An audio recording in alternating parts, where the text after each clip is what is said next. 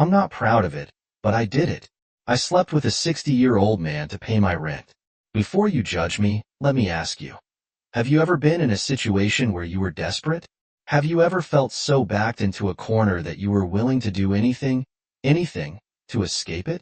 No, I didn't want to sleep with him, but I didn't have a choice.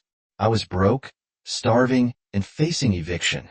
You don't understand the kind of pressure that builds up when the bills pile up and there's no way out. But it's not just about money, is it? This wasn't just a financial transaction. No, it was more than that. It was a collision of emotions, desperation, and power. How does it feel to use someone to become a vessel of someone else's pleasure? To have someone so much older, so much more experienced, taking control of your body in a way that is as much business as it is pleasure? The decision I made that night was the kind of decision you only make when you're pushed to the edge. And trust me, I was so close to the edge there was no turning back. It all started the week my rent was due. I remember sitting in my tiny apartment, staring at the bill on the table. The number was glowing at me like a warning sign, taunting me. I had a few $100 in my bank account, but that wasn't even close to enough. I could feel the tension rising in my chest as the days ticked by. I tried everything I could think of. I sold clothes, I offered to babysit, I even tried doing freelance gigs, but nothing was enough. I couldn't catch a break. The day before the rent was due, I finally snapped. I remember thinking, what's the worst that could happen? I had nothing left to lose. That's when I met him. Let's call him Richard. He was a regular at the cafe where I worked, tall, distinguished, and incredibly wealthy. Richard was a man who had lived through decades of success and failure, but I could tell by the way he looked at me that he was used to getting what he wanted. And he wasn't just looking at me like a young woman he could flirt with. No, Richard saw something more. He saw a broken girl who would do anything to survive, and he knew exactly how to exploit that. It wasn't love at first sight. No, far from it. I didn't think anything of him at first, but then one evening, as I was closing up the cafe, Richard stayed behind. He was alone, sipping on a glass of wine, watching me as I cleaned the counters. You know, he said slowly, his voice deep and gravelly, I could help you with your rent. I froze. I didn't know how to respond. It wasn't the offer, though. It was the way he said it, like he knew exactly what I needed, like he already had a plan in mind. I laughed nervously. What do you mean? He set his glass down and leaned in, his eyes darkening. I'm a man of means, you see. I've always been able to get what I want. He paused, letting the words sink in. I could help you, but there's always a price, of course. My stomach churned. I knew exactly what he was implying, but I couldn't bring myself to say it out loud. What kind of price? I asked, my voice barely above a whisper. Richard smiled. I think you know the kind of price. It's not about money, it's about services. I didn't say anything at first. My mind raced. I was tempted, so tempted. It was the easiest solution to all my problems, but it felt wrong, so wrong. I don't think I could. My voice trailed off, unsure of what I was even trying to say. He chuckled softly, leaning back in his chair. You're desperate. I can see it. I've been there too. You do what you have to do to survive. These words cut deep. I was desperate.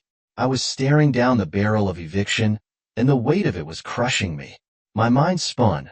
My heart raced. Was this really happening? Was I really considering it?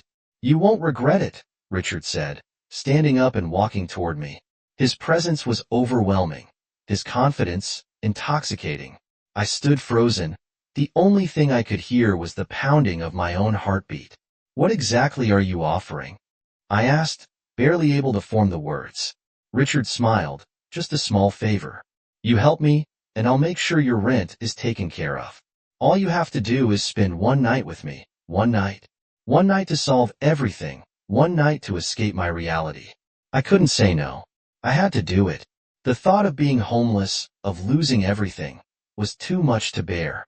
So, I agreed. But as the day approached, I started to feel a mix of emotions. Fear, guilt, and a strange kind of anticipation. I had never done something like this before. I had never been with a man like Richard. The thought of him, so much older than me, made my stomach flip. But at the same time, I couldn't deny the strange attraction that simmered beneath the surface. His confidence was magnetic. He was the kind of man who took control in a way that was powerful, and I wasn't sure if I liked it or hated it. The night arrived, and my heart was pounding in my chest as I made my way to Richard's apartment.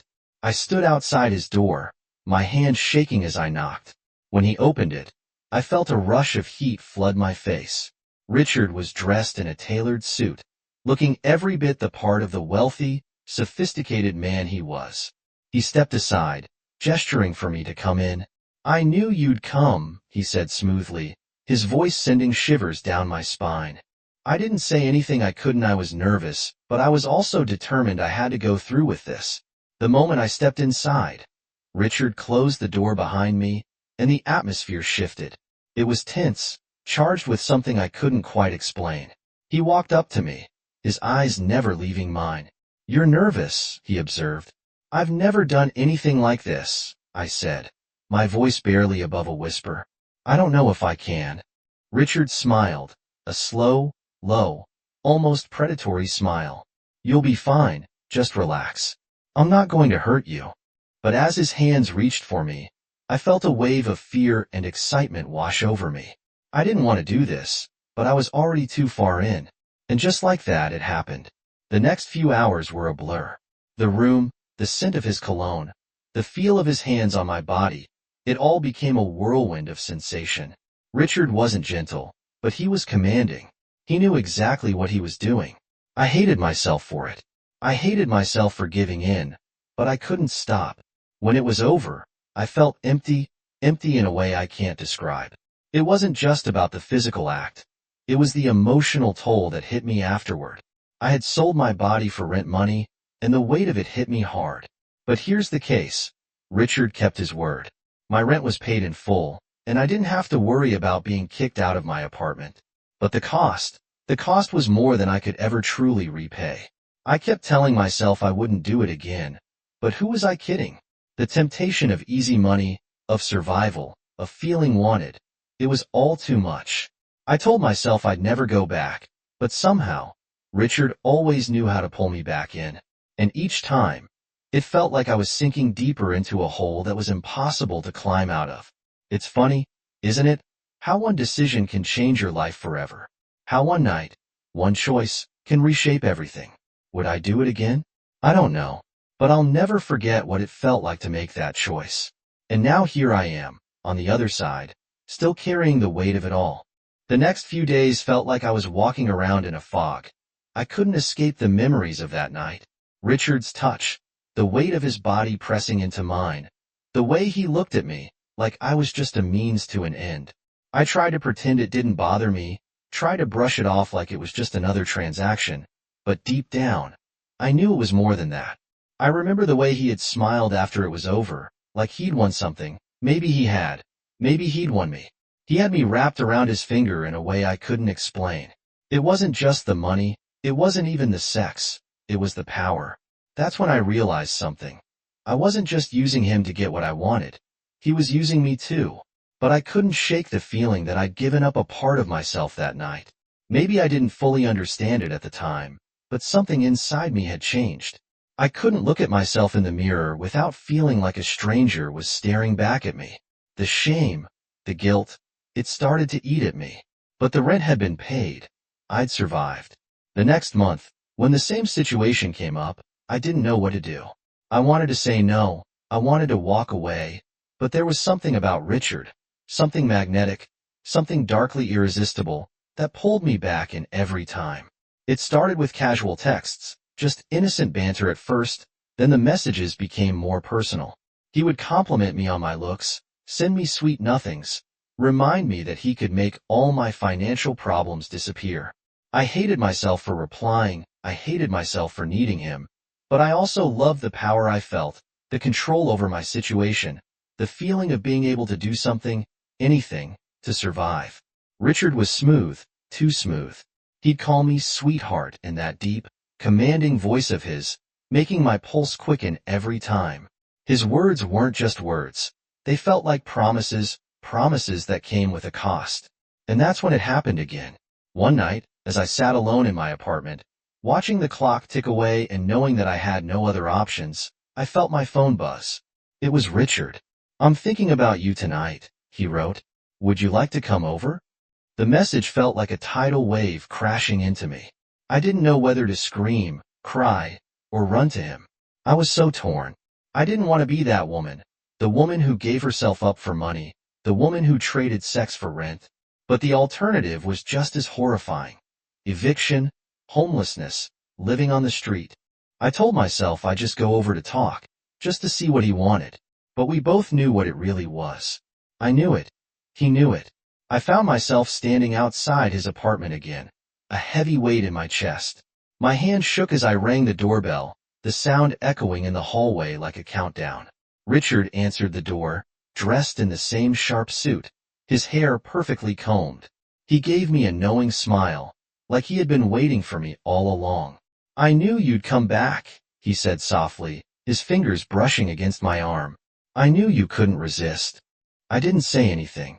What could I say? The words were stuck in my throat. He stepped aside, letting me in. The air inside his apartment was thick with tension. It wasn't the same as before. It was colder, more calculated. He knew I was vulnerable, and he wasn't about to let me forget it. "I don't want to do this again," I said, my voice barely above a whisper. Richard's eyes darkened. "You don't have to, but it's easier if you do." Those words hit me harder than I thought they would. It wasn't just the money. It was the power he held over me, and I hated that I was powerless to stop it. I knew what was coming, but this time it felt different. Maybe I had crossed some invisible line. I wasn't just playing his game anymore.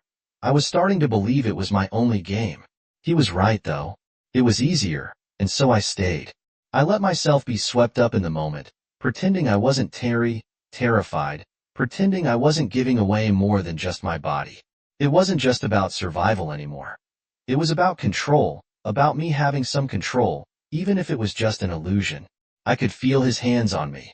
The way he moved with such certainty, like he knew exactly what to do to make me give in.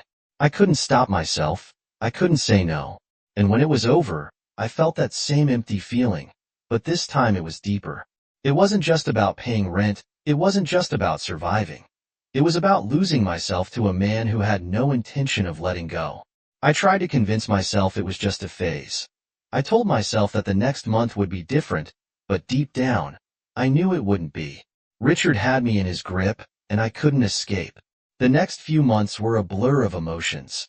Guilt, shame, and a strange sense of longing. I would go home, crawl into bed, and stare at the ceiling, wondering what my life had become. And yet, every time the rent came due, I would find myself knocking on Richard's door, unable to stop myself. But the truth is, I wasn't just paying rent anymore. I was paying for something deeper, something darker. And now, as I sit here telling you this, I wonder if I'll ever be able to escape. I wonder if I'll ever be able to look at myself in the mirror again without feeling the weight of all the choices I've made. Would I do it again? I don't know, but I do know one thing. You can't unchoose things once you've made them, and I've made my choice.